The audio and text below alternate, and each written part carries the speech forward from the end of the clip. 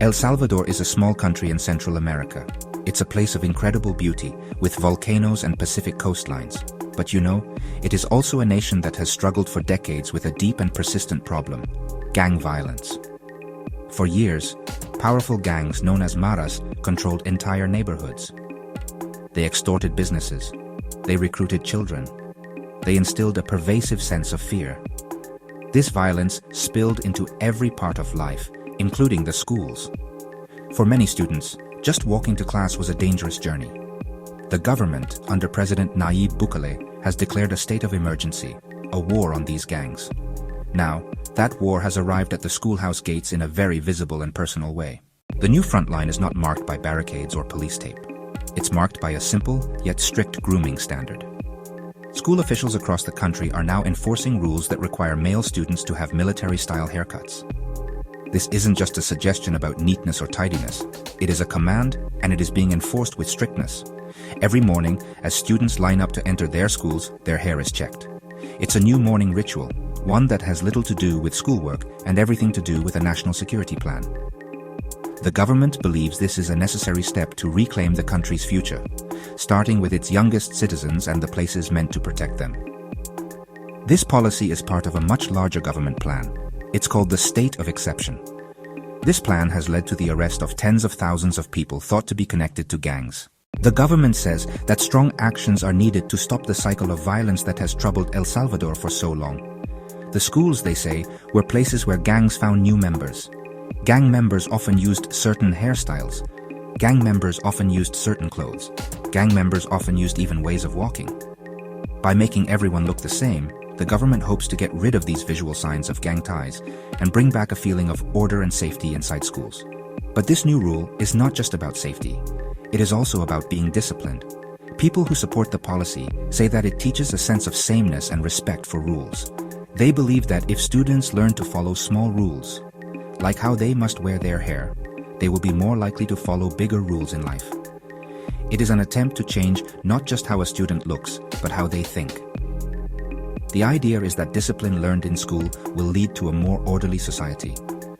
The question many are now asking is whether this forced sameness costs too much in terms of individual expression and personal freedom. The effect of these rules is felt most strongly by the students and their families. Their stories show a complicated picture of fear, unwilling obedience, quiet disagreement. One student from a public school in Soyapango, a town often affected by gang violence, shared his experience without giving his name. "You have to do it, or they won't let you in," he said. "My friends and I don't like it. It feels like we are all prisoners, not students. But we are more scared of the police than of the teachers.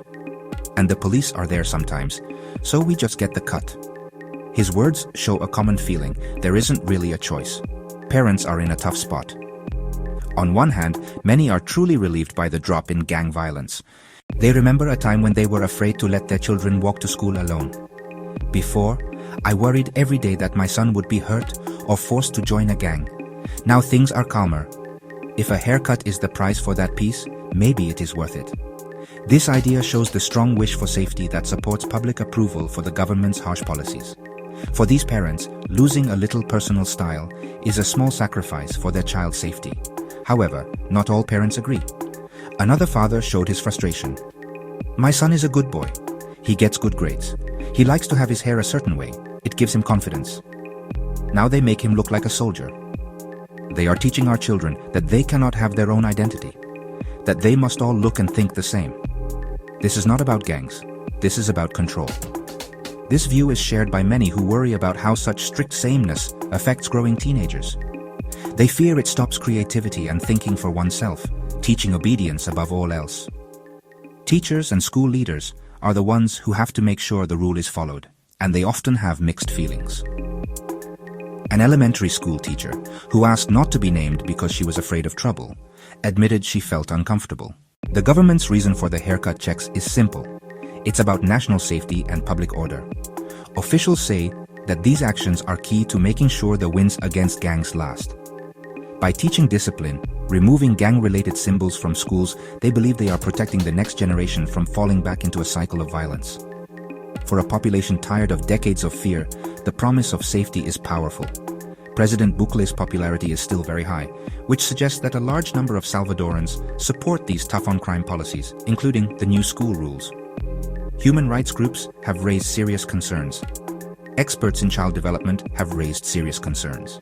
They argue that these policies go against a child's right to be themselves. Forcing a uniform, military-like appearance on students, they say, can be harmful to their minds. It can stop individuality at a very important stage of growing up and create an atmosphere of fear instead of real safety and trust. The haircut checks are a small but strong sign of a much bigger change in society. Will these policies succeed in creating a generation that is free from the influence of gangs? For the students lining up at the school gates, their country's complex political struggle is written on their very own heads.